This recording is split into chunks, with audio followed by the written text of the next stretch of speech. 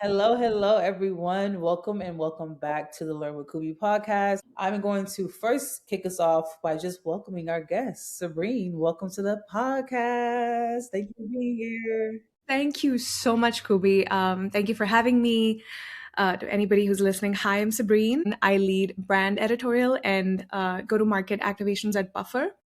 Before Buffer, I spent about 8 years helping companies grow across a mix of tech and science-heavy industries, and mostly from early startups through unicorn scale. So I've been very close to the brand storytelling aspect, the community development, and business growth side of things. And then I'm also a creator. Instagram was my first home, and I think LinkedIn became kind of my accidental second chapter where I built a ton of consistency. And I think a huge credit goes to Buffer's Creator Camp program. And then since the June of 2024, I've grown there pretty exponentially on LinkedIn, taking a systems first approach. And I am particularly excited for this conversation because I know we're about to dig into the glamorous and not so glamorous parts of building in public. So it's really Yes, nice to be here. yes. Thank you for that. So excited to have you.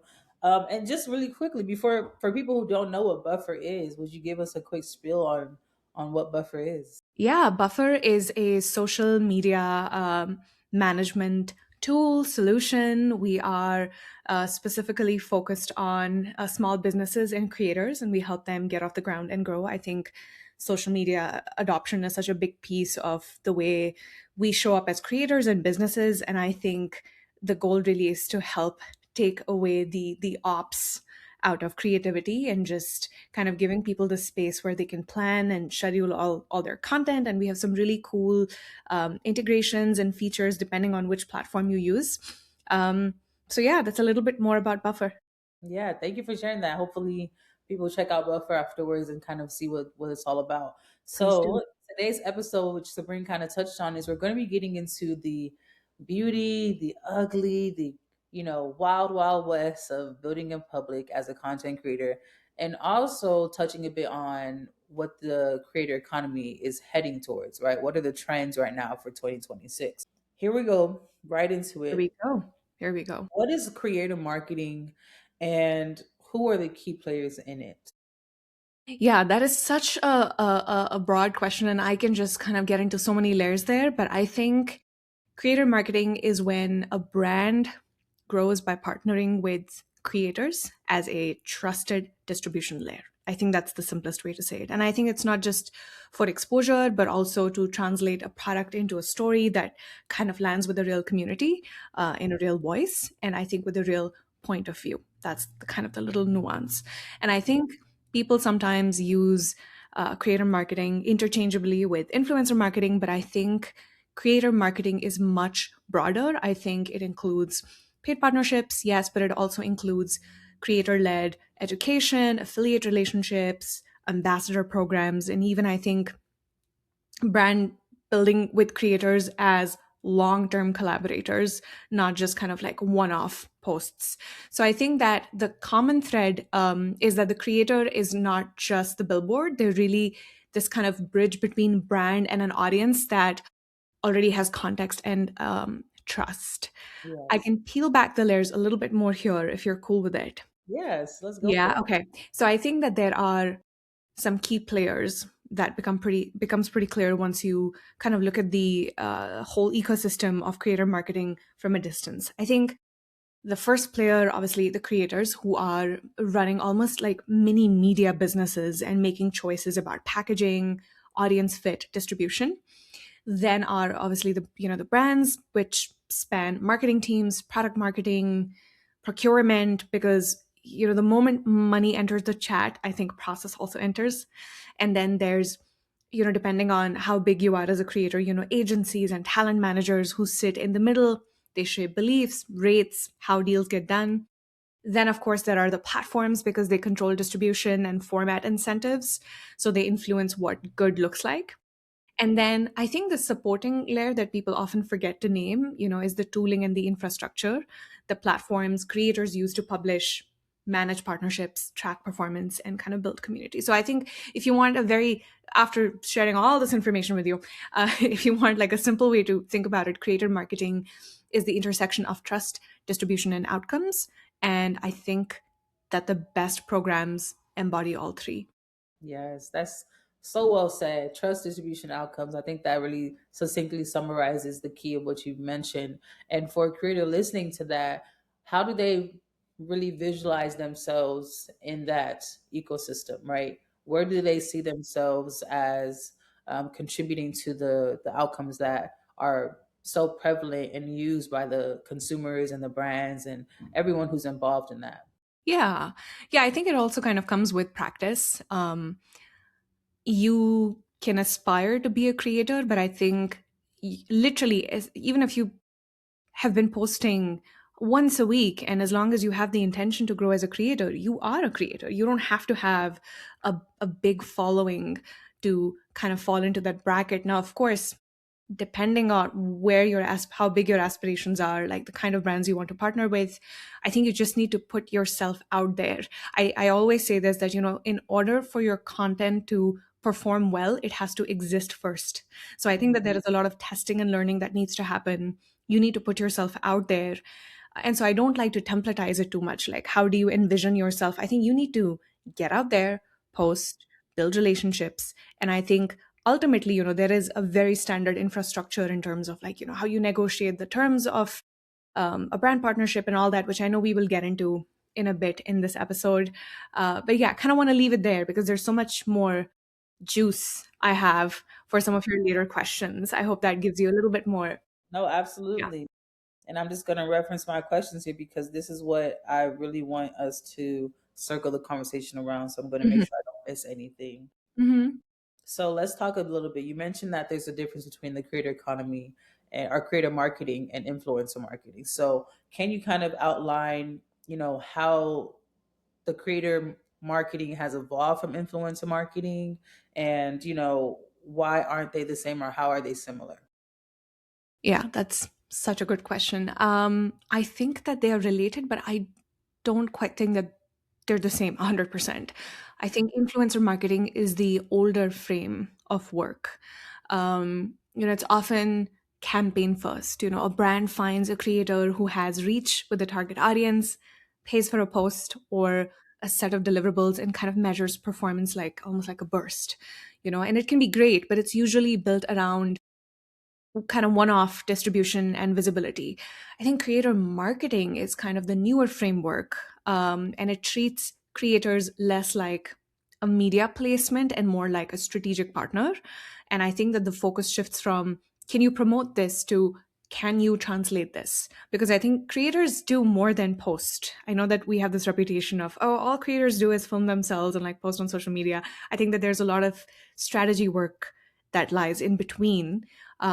So I think that creators shape how people understand a product, where it fits, why it matters, and in creator marketing, the creator's point of view and the audience trust is the asset. It's not just the follower count, which is why you must have noticed that the discourse over a period of time has changed around, just because you have 2 million followers doesn't mean that it'll translate into something, which is why brands are now going after more micro influencers who just have a more engaged audience.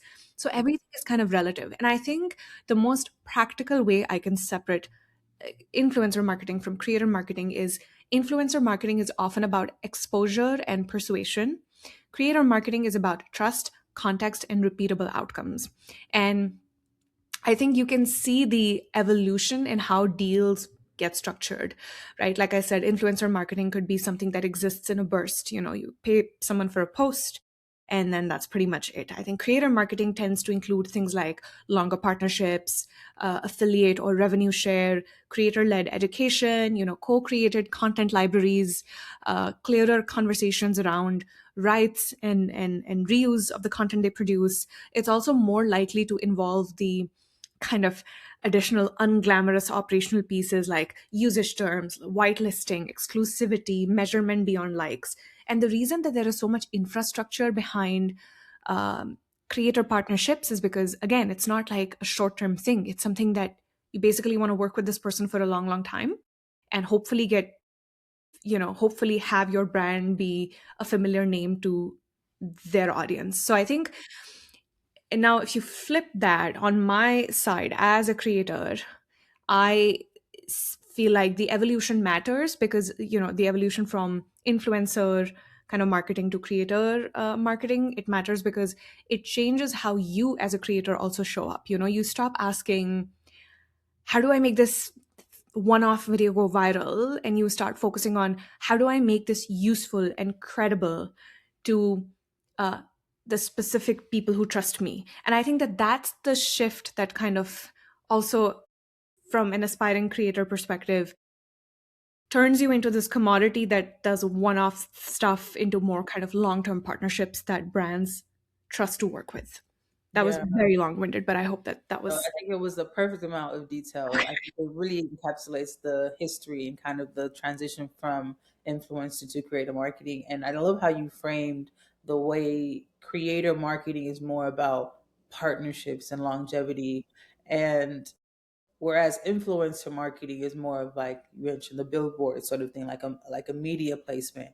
And so my next question for you would be, what are some key markers of success when it comes to creator marketing? How does a creator know that they are an asset to a brand, that they're on the right path to getting these brand deals? Right. I think what if I flip this and give you the perspective from a, a brand's perspective, like, because here's the thing, right? Like, a lot of the times we are given a set of metrics that we're told our content will be evaluated on, but oftentimes we don't necessarily have access to like clicks or whatever else happened based on the goal of the campaign. So I think if I give you the perspective on as a brand, like, what am I looking for, as a, I think that'll answer a lot of the other Yeah, questions. yeah, for Yeah, sure. I think when I am evaluating whether creator marketing is working for a brand, I start with a simple question, which is, first of all, like, what are we trying to achieve with this campaign? Like, you got to get clear with that, right? Is it awareness? This is the boring spiel: awareness, consideration, conversion, retention, community, like all that stuff. And I think that the markers change depending on the goal. So, for example, if it's an awareness play, I am looking at reach and impressions relative to spend, media spend, engagement rate as a signal of resonance. Then you could say that, video completion or watch time when the format supports it, because I think attention quality matters. And then I would say maybe click through rate is another very common one, especially if there's a soft call to action like learn more. Even if the goal isn't immediate signups, you're still able to track traffic to a specific link. And then I like doing kind of this practical comparison, which I don't know if anybody else does this, but I'm a huge fan: creator spend versus paid spend. So if we invest X amount in creators, and then we invest roughly X in awareness ads, which is a separate thing, do we get similar reach and engagement quality? So if creator content is beating paid on cost per thousand impressions, or cost per reach, or cost per engaged view, that to me is a very strong signal, right? So some teams translate that into earned media value, like especially if you have impressions and reach, then you basically are asking yourself, if we had to buy the same level of attention through ads, what would it have cost, depending on where you advertise, usually LinkedIn or Meta. And it's not perfect, and assumptions vary, but I think it's a helpful directional check. Now, this was more of an awareness play piece. I think if it's more mid funnel, which is the success markers basically get more behavioral. So I think saves, shares, thoughtful comments, because I think those show utility and intent. Then again, traffic quality is always a big thing, like how much time did they spend on this page after they clicked through on this link? Scroll depth, depending on your tool stack and how much you can track, return visits. Then maybe there is a brand search lift, or I heard about you from signals in surveys or DMs. There's also something called self attribution data, which is sometimes what happens, and this is tricky. Let's just say that I am part of an influencer campaign and I've been given a unique tracking link where people can download a report. Oftentimes people will click on it, look at the page, X out, right? So then, like, but I got the result. It's just that my name isn't clearly indicated. So that's where a lot of brands will run self attribution surveys, which is before you sign up for something, they ask you, where did you hear about us? And then they can mention kind of Sabreen or LinkedIn. And that is enough for you to understand, all right, like, it's kind of working. So that's that. And then if it's conversion led, then yes, trials, demos, purchases, but I still evaluate conversion in context. So creator sourced conversions tend to look better when the message matches the creator's audience and when the landing experience mirrors what was promised in that content. The other thing I pay close attention to is whether performance improves over time. Strong creator programs don't feel like you're kind of starting from scratch every time. Like if you have a good system, that system evolves over time. You know what to do, what to look for. Your brief get better. Your creative gets more kind of native. The kind of creators you start working with, that lineup gets more intentional, and then the brand kind of gets better at reusing what's working. Especially if you have usage rights, where somebody allows you to continue to use their content in ads or whitelist it. So I think those are more operational and process based stuff. But I think that's where it is. And I think these are the exact goals, campaign goals, that a brand will usually share with the creator. And then you give them the numbers and then they make an assessment on their end as to whether or not this was a success. So I hope that answers. No, absolutely does. I think for the creator, being able to know where the brand's mind is at is Mm. helpful, because Yep. then you can say, if this brand wants me to, you know, get in front of a certain amount of people, then Mm. I need to make sure my content is going to be as engaging, as relatable, as Mhm. brief as possible, because those are the ways that you are able to get your content in front of people, especially if you're playing the game of the algorithm. So I think, again, it's helpful to really put yourself as a creator in the mind of the brand, because it's similar to a friendship, right? You need to know how Yeah. your friend likes to engage or what they're interested in. And as a friend, you want to make sure that you're speaking the language of the person Mhm. you're speaking to, right? So that they can relate to you and understand where you're coming from. So I think shifting the mindset a little bit is helpful for I love creators that. for sure. I Yeah, love that thinking. absolutely. Yeah, I think it really is partnership, brand partnerships. The word partnership is in the word, is in the phrase. I know. So Long-term friendlies. yes, Yes, absolutely. exactly. So my next question for you here, why should brands be paying attention to creator marketing, right? And why should creators play the long game? Brands should pay attention to creator marketing because attention is more fragmented today and trust is harder to earn than it has ever been, right? And I think that creators sit at that very intersection. They are the ones with the few distribution channels where people still choose to listen and consume. And it's not always because the messaging is targeted at them. I think that there is some level of relatability, and I think that they also kind of feel like this person is really credible. Of course, you have to have some interests. There has to be some intersection of people who follow you and what you post. But even if it's not, I think that there's generally, people choose to associate themselves by connecting with you on like a LinkedIn because they like consuming your content. So I think that there is already a lot of trust baked into that framework, right? I think the other reason is um this is going to sound a little woo woo, but stay with me. I think the other reason is creative and learning velocity. With creator marketing, you're not simply buying reach like you would with an ad. You're learning how real people talk about your product, what objections show up, what comparisons they make, what language clicks. And I think that that insight in general, especially for marketers, is really great because it improves everything else: your ads, your landing pages, your positioning, even your product roadmap. And from a business point of view, I think that it can be more efficient than a lot of traditional channels. If you compare creator spend, like, we just talked about kind of earned media value to paid spend, stronger creator partnerships can drive better cost per reach and better quality engagement. And I think that that content, depending on usage rights, can keep working even after a campaign has ended, depends on like how, what the nature of that partnership is, but those are semantics, we won't get into that.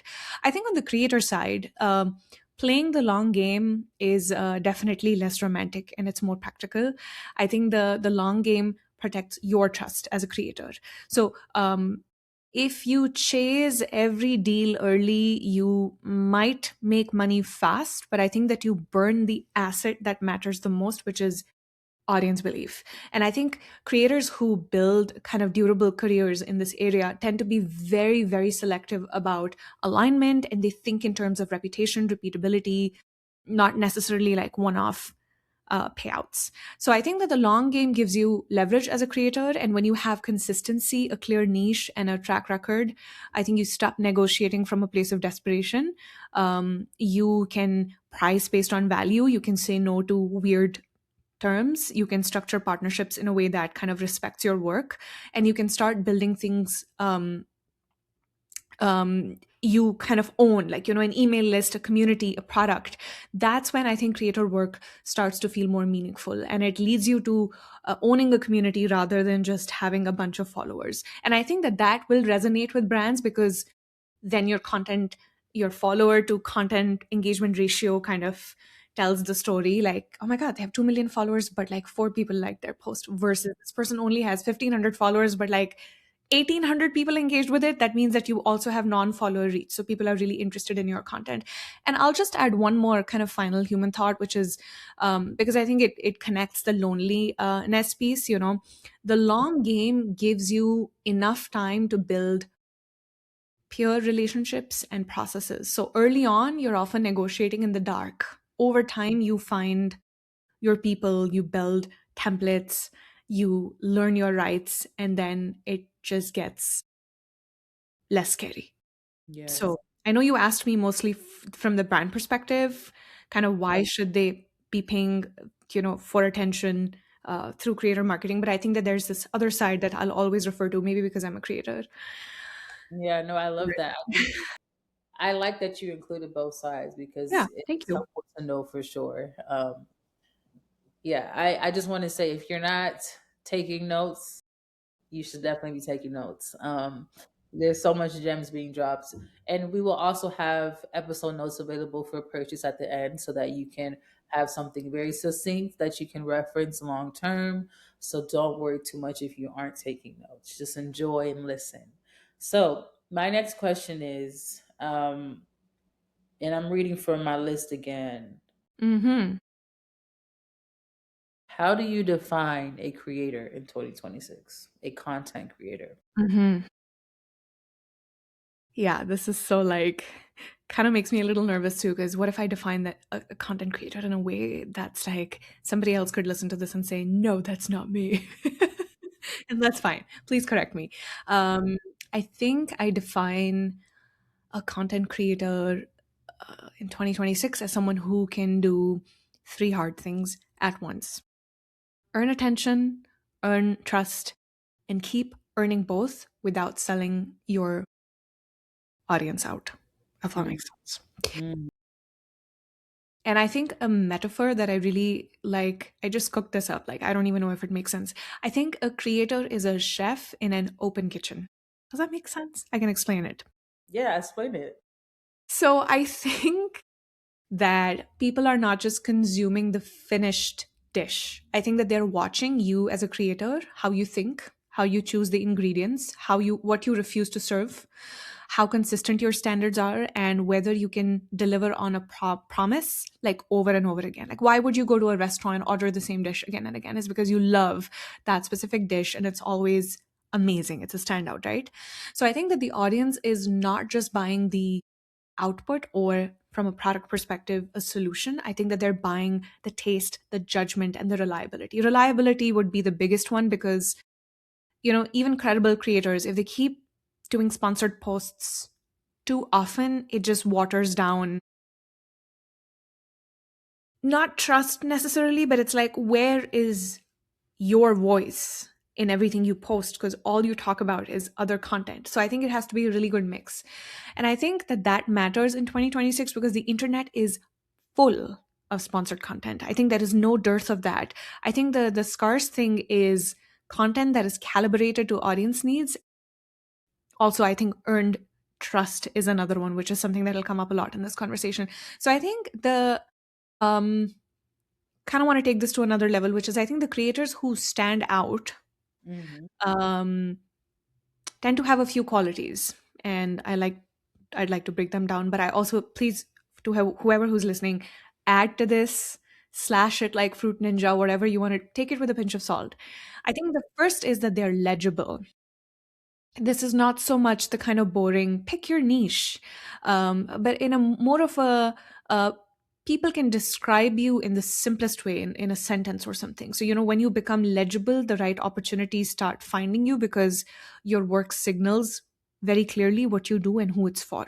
You can't have like, I like to talk about career growth and then also marketing and then also cozy working and also lifestyle. Like it's just it's a lot, so you have to kind of figure out your lanes a little bit, and I think that work has to be done up front so that you're not confusing yourself with the kind of deals you're accepting and people wouldn't really know what to follow you for, right?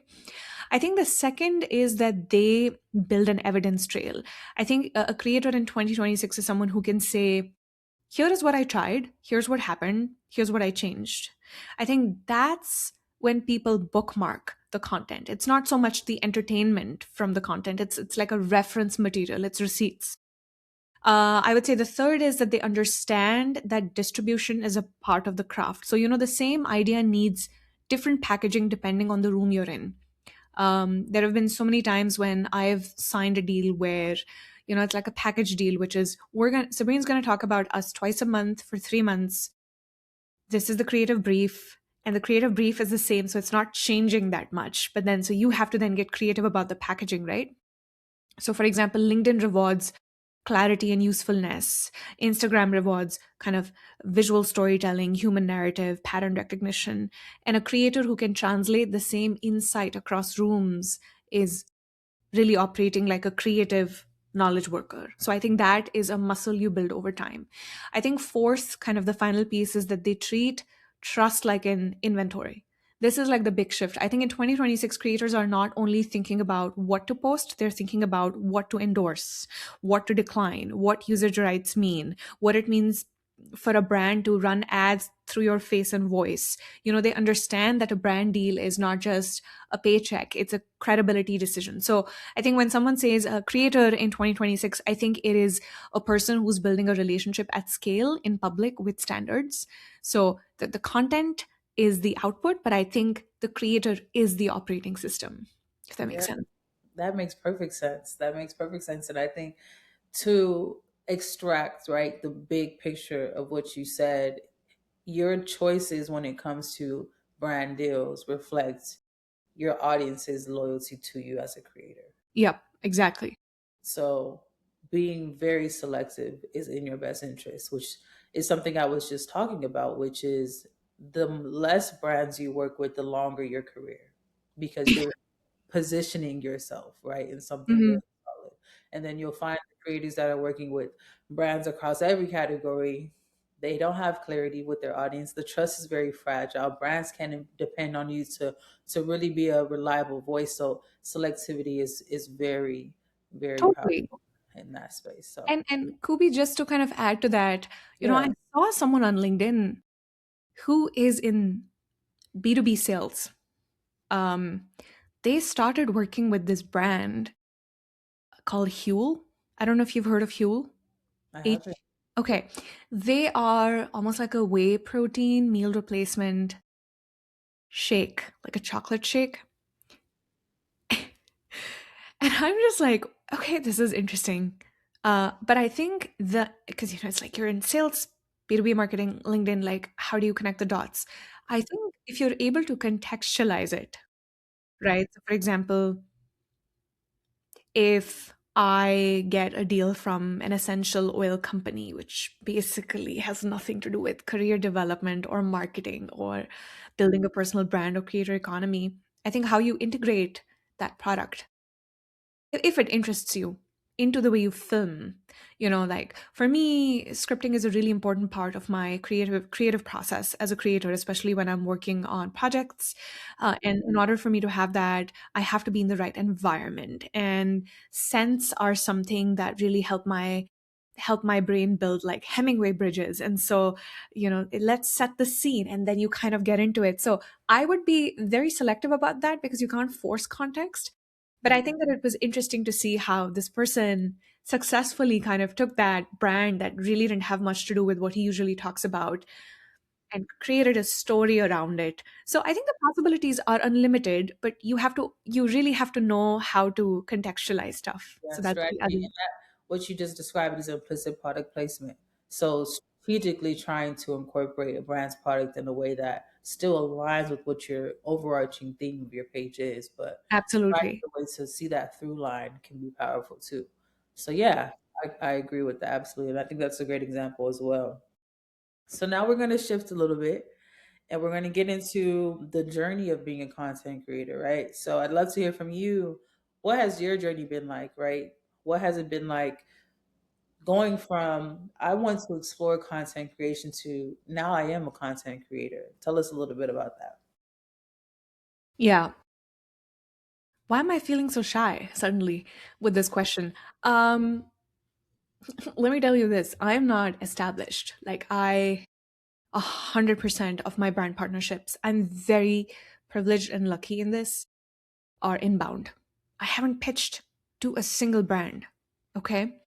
Which also makes my mind wonder, which is, oh my God, what if I did? Then I consistently have throughout the year a bunch of campaigns I work on.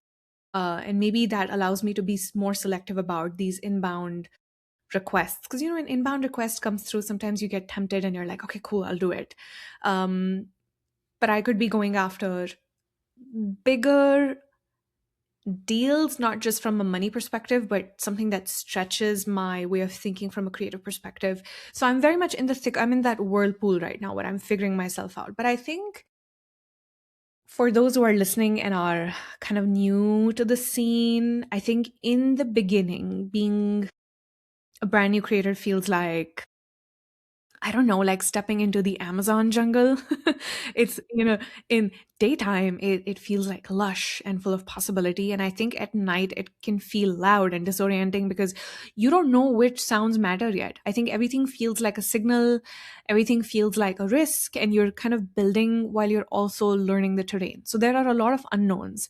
And I think most people think that early journey is mostly about creativity and just posting. I don't think that it is. It is creativity, distribution, business all at once, and you usually don't have experiential learning or like a guide um, to figure out like which direction to go in. And I think that you're trying to figure out what you want to be known for, the lanes we talked about. So I think you're doing this while also learning how each platform behaves. And then suddenly you're also negotiating with brands before you even feel ready, and it's not easy, like pricing, contracts, timelines, usage rights, what does whitelisting means, and what it means for your content to live beyond your own feed. Sometimes the terms of negotiation are that this content is not for your feed. We're not going to do a collaboration reel. This is something that'll live independently on our feed, and we're not going to tag you, like that kind of stuff. And people can be sensitive.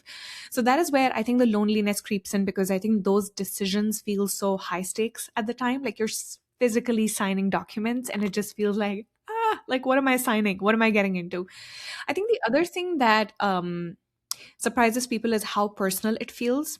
I treat content like a digital footprint, and it's not just something I just published this thing and a brand paid me to do that. I think that these are literally digital stamps with your name on them, and they become the breadcrumbs people will eventually find when they're deciding whether to trust me, hire me, partner with me, or invite me into rooms. This is exactly why I script my own work. I mean, I do not let, sometimes a brand will be like, here's a script, here's a caption. And I always give them pushback on that. I think, if my name is attached to it, I want the message to sound like me and mean something to my audience that trusts me so much.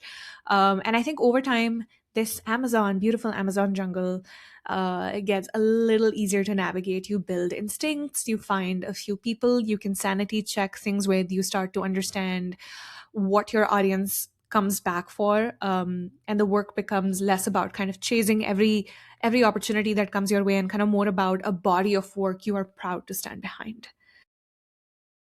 So yeah. Yes, yes, yes, yes to all of that. I loved how you talked about the isolation that comes from Yeah. leveling up, right? And if Hmm. we think about a journey up a mountain, the air gets thinner, it's harder to breathe. So I think that is a perfect way to depict the journey of going from beginner to experienced professional, right? There's Absolutely. very few folks who make it to the other end of the spectrum, Hmm. right? Because the in between stretches you, it stretches you a lot. And so, in your experience, what has been some ways that you've remedied that feeling of isolation? Yeah. I love that. I think I have a few strategies or things, but I think I want to kind of also touch upon before I get into that, because I think it'll be a natural segue, how the loneliness can impact your creator journey, especially if you're not leaning in and recognizing those patterns. And then I think I can get into some of those solutions that you're looking for. Okay, I think loneliness shows up in the creator journey in a very specific way. It's not just like I feel alone. It's this feeling of making public facing work while privately making high stakes decisions with like limited context, especially if you're early on in this journey, right? And I think it impacts you in three places. The first is it affects your confidence and consistency. When you do not have a peer group to sanity check ideas, it is easy to overthink every post, every dip in views, and every comparison to someone who seems to be moving faster. Usually if your post gets like 200 likes, of course it's suddenly the day you post a sponsored piece of content is getting 50 likes, and you're like, like this is not doing well. I think second, it affects kind of your business decisions, the loneliness. You get brand emails and you're expected to know rates, users rights, exclusivity, timelines, contracts. So I think most creators are negotiating, like I said, in the dark. And this is exactly where people either undersell themselves, underprice, overcommit, or agree to terms they don't fully understand. And third, I think loneliness really, as a creator, affects your sense of worth especially when opportunities are uneven. So you start asking yourself, if you're doing something wrong. Two creators can be in a very similar follower bracket, but one is on panels and is getting inbound deals, and then the other is not. And it's like, it's hard not to internalize that. So I think that there are a few different ways to navigate these internal barriers. And I'm sure that the list is much longer, but these are kind of the three that I think of. One is building a small creator peer circle. It doesn't have to be a huge group chat or anything, but I think maybe even 2 to 3 people at a similar stage where you can compare notes on rates, contracts, what is normal, what is a red flag. And I think, that one thing kind of cuts the isolation dramatically, because you're making more informed decisions, right? When you're signing deals. I think two is creating a simple deal checklist. Every time a brand reaches out, you run through the same questions. What is the objective? What are the deliverables? What usage? How long? Where will it be used? Is there exclusivity? What is the timeline? What does success look like? Because it takes a lot of the mental gymnastics, and out of the equation. And having that written down stops you from negotiating on adrenaline. Like, you're going through the process and you're saying, okay, this kind of falls out of scope from a setups perspective or whatever else. So, for example, some brands would want you to talk about a certain feature that is behind a paywall, and they're saying you can use the free tool, but we're not going to give you access to the paid feature. And you're like, well, then how am I supposed to talk about it? Like, because it's weird when I screen record, it shows that I don't have access to it, and so I'm just saying, like, have a checklist to work off of. And usually brands that really want you to create meaningful content will help you get there. Like, they're not going to say, no, we're not going to give you a free seat, even if it's for just a couple of weeks for you to test and trial the product. I think that the third thing that will make it a little easier for you is building a personal operating system for content. A lightweight structure that tells you what you post, where it goes, what you want to be known for. So you're not reinventing yourself every week based on the deals that are coming your way. And I think that that reduces this emotional whiplash that comes from chasing big brand deals and also like your own perfectionism. And I think the last one is probably permission to be selective. You know, loneliness can push you into taking deals that do not fit because you're looking for validation. And I think when you remember that your name is going to be on the internet associated with this work as a long term asset, it gets easier to say no and protect your trust. So, yeah, I think that's That's a lot pretty of much good it. stuff that you just shared. That's a lot of good stuff, and I'm so happy that we have episode notes because people really need to capture those, especially when you listed out the questions, right? That people can run through as part of the checklist. I think what you said is very real. The I actually just had a client I was speaking with who shared that she is in freeze mode. She's kind of Uh-huh. paralyzed because she's starting negotiations and she doesn't know how to navigate that. But imagine having a set list, a predefined list of things that you reference whenever you go into negotiations, right? There are things that can help alleviate some of these, heavy emotional experiences that come with getting the brand deal and navigating the negotiation of the brand deal and all those things. So that checklist I think is one of them. It's like running through, okay, what are we charging here? Like what is my minimum rate? What's my floor, right? Hmm. So as we begin to wrap up, I'd love to hear from you, looking ahead in 2026. Like what are some things that you think brands are really going to be prioritizing when it comes to creative marketing, and how can creators prepare themselves for these things? I think that so I actually did recently did a sponsored post with this brand that is an influencer management platform ecosystem where you can basically find creators. So it's a little bit of a marketplace, but then you can also create campaigns within the platform and you track everything in one place, which means that brands are developing more of a systems approach, especially brands with a certain annual recurring revenue. You know, like I'm not saying that a very small brand is going to pay for the system or a tech stack that allows them to have processes in place. But I think I've increasingly noticed a ton of adoption of such similar systems by brands. So I think one, you'll definitely see more of that happening. So I think as a creator, being on a lookout for these systems or marketplaces where you can also be listed so that you're equally visible. I think an interesting thing that I've noticed is because there were a few brands that I got through certain creator marketplaces or like agencies, if that's what you want to call it. And then eventually the brand was like, you know what, we want to build our own infrastructure rather than outsourcing this. So eventually I finished that campaign, and then 6 months down the line the brand reached out to me independently to say that we don't work with the agency anymore, but we would love to keep working with you. And so, which tells me that brands are now taking this idea of, you know what, this is becoming a whole thing, and there is such much better ROI than spending money on awareness marketing ads. So, I think the fact that brands are even investing internally to build the right systems to run creator marketing properly is a very promising thing. So I think for creators, I think you should make sure that you have some kind of social proof, even if you haven't worked with a brand before. Like generally, the kind of content you post, the type of engagement you get, having the data, the proof points, that kind of stuff ready, almost like a little media kit for yourself, which shouldn't take you too long to put together.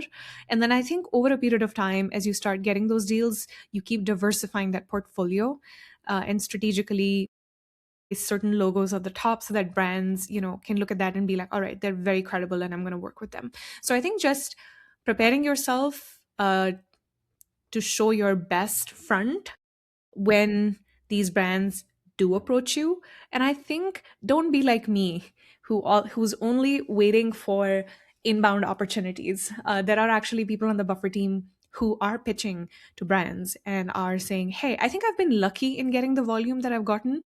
which is also exciting that, if I were to systematize it, then this would be even better. So I think create a system for yourself, block off some creative time where you can write something down, look the brand up, see where you can contribute, and every quarter do it. Try to get some deals, but still be selective, because they might come back and say these are our terms of usage, and then you could say, yes, no, um, but it at least open those doors and let the fresh air in. Um, so that's the one piece of advice I would Yeah, say. no, I love it. I love that. I would ask you, from the perspective of a creator who has the systems in place, right? Yes. What is something that they could do to even make their process even more effective? Well, if you're at a point where you're getting a ton of deals, and if you need help, I know a lot of creators who have virtual assistants, and it just slashes output into half. Like, I mean, output in the sense like the amount of hours they have to put into vetting deals or taking care of the operational stuff. Like, if that's a need, um, you can do that. And I think as you're growing as a creator, don't forget to update your terms of, like, if you first used to charge this amount, then now you've grown three times since. So, like, don't sell yourself short. Like, make sure that you're updating what it'll take for brands to work with you from a monetization perspective. And then I think a lot of, like, once you've cracked the code and you know who you are and what your lanes are, and you have some established relationships, I think fine tuning and finessing your brand, you have all this time then to work on branding and kind of make things a little bit more fun. So there's no ceiling to how well you can package something, right? I mean, I used to have this Weebly website that, quite frankly, ended up looking like someone very out of touch with technology made it. Like, it just, and I was like, this is not a good representation of me, because I'm a little bit grandma chic. I think that I can do a better job if this is my website, and, like, this is not a representation of myself. So I decided to completely flip it, and now I have a sponsorship page that lists every time I publish a post. I take it and I list it as an example on my website. So I think the opportunity to optimize are unlimited. But I think if you're unable to manage the workload or, like, all the amazing deals, which I hope that's all of us, I think get the help you need, because at the end of the day, time saved is more money earned in some ways, because you can focus more on the creative aspect. And then I would say go big. Go bigger. Like, where else can you expand? Like, YouTube is a big one for me now. I think I get a ton of views on Instagram, but unfortunately I can't really monetize. And so I realized if I had the same kind of views on YouTube, I would have been getting paid. Like, it's passive income. So find parallel fields, dream more, get more creative, and have fun. Yes. And with that being said, we are gonna wrap. We're gonna wrap. I think Yay. phenomenal. So much information shared, so much knowledge shared. And I'm excited for you all to really take action with what was discussed here in this episode today. Sabreen, thank you for joining us. Thank you for sharing your story with us and giving us some inspiration on top of that. I'm so excited for you all to hear this episode. Kubi, thank you so much for having me and for all the thoughtful questions. I think this feels like a really important opening into a space that's only getting bigger. It reminds me of almost like entering this magical wardrobe into Narnia. And I think that there's so much possibility, and there's a lot that we're still learning in public. So thanks again for having me. And I cannot wait to listen to more episodes on Learn with Kubi. Thank you. And before we close out, is there a way for people to connect with you? Is there anything you want to share with people? Yes, I mean, you can, I love connecting with new people. So I'm very active on LinkedIn. You can search Sabreen Haziq, but also if you're looking for many, many different ways to connect with me, my website is sabreen.info, SABREEN.info. Amazing. And as always, you all can connect with me at Learn with Kubi on Instagram. TikTok, YouTube, and all the things. If you have any questions, don't hesitate to reach out. The episode notes will be linked in the description, and that is where you can find all of the information we talked about today, plus some more. So make sure you grab those episode notes, share them with your friends, and you all learn together, grow together. It's all about community on this side. Thanks for watching or listening, wherever you are.